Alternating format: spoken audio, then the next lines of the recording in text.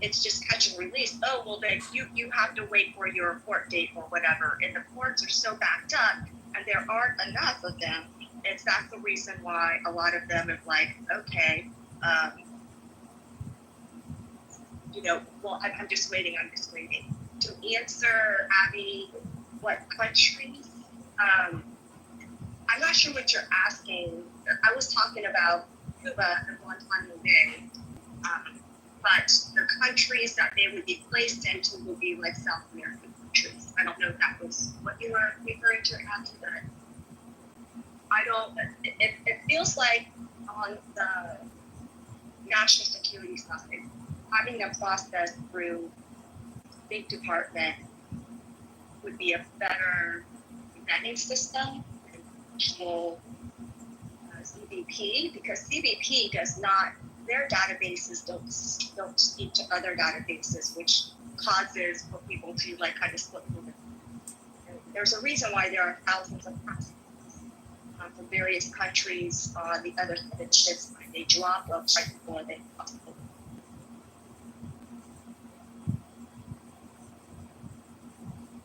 Yes, Abby, same language. So when we lived on Guantanamo Bay, the Cuban nationals that claimed asylum and then they were waiting to be placed, a lot of them went to Guatemala, and then also Guatemala, I think Guatemala and Panama.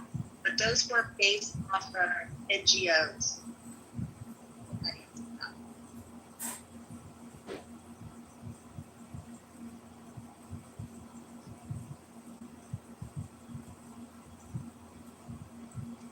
Right now, I think the KK, I think, and I've said this prior to Trump taking office, and I had a lot of people on the left agreeing with me.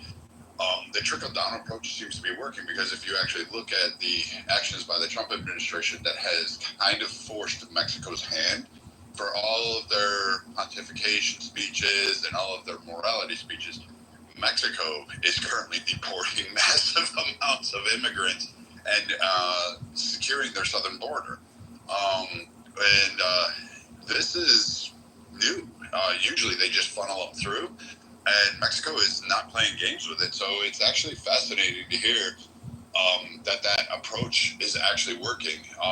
Kama's plan, I believe, was to provide academic zones and opportunities subsidized by U.S. taxpayers to give it to companies that make like T-shirts like Columbia and Patagonia, as long as they put factories in these countries. And they said that'll help.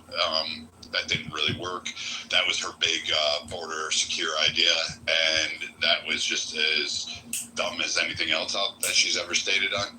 So I think right now, I agree with Roger. I see your point, though. It would be nice if we could have a federal buffer that all presidents in the future would actually honor and adhere to. I think the U.S. government, under its federal system, would actually do a better job of catching those that we definitely don't want in the country, most particularly terrorists, and then being able to secure them and handling it at a federal level with a decreased cost of the state. But the same concern would arise with me is, what if you did get AOC? Oh, dear God, we'd all be flooding to Canada, I guess, because they have a secure border and they don't allow people in. So, I mean, it would just be a nightmare to give that kind of power to it. Yeah, everyone should be deported and or shot and killed instead of deported. Execute them or just deport them and clean up the country. It makes sense to you guys, right? Stupid asses. Stupid asses. This is Goat's transgender profile. Yeah, but you were excited. You were excited when I said kill them all or deport them all. I bet that resonated with you, didn't it? Yeah, that's a great idea.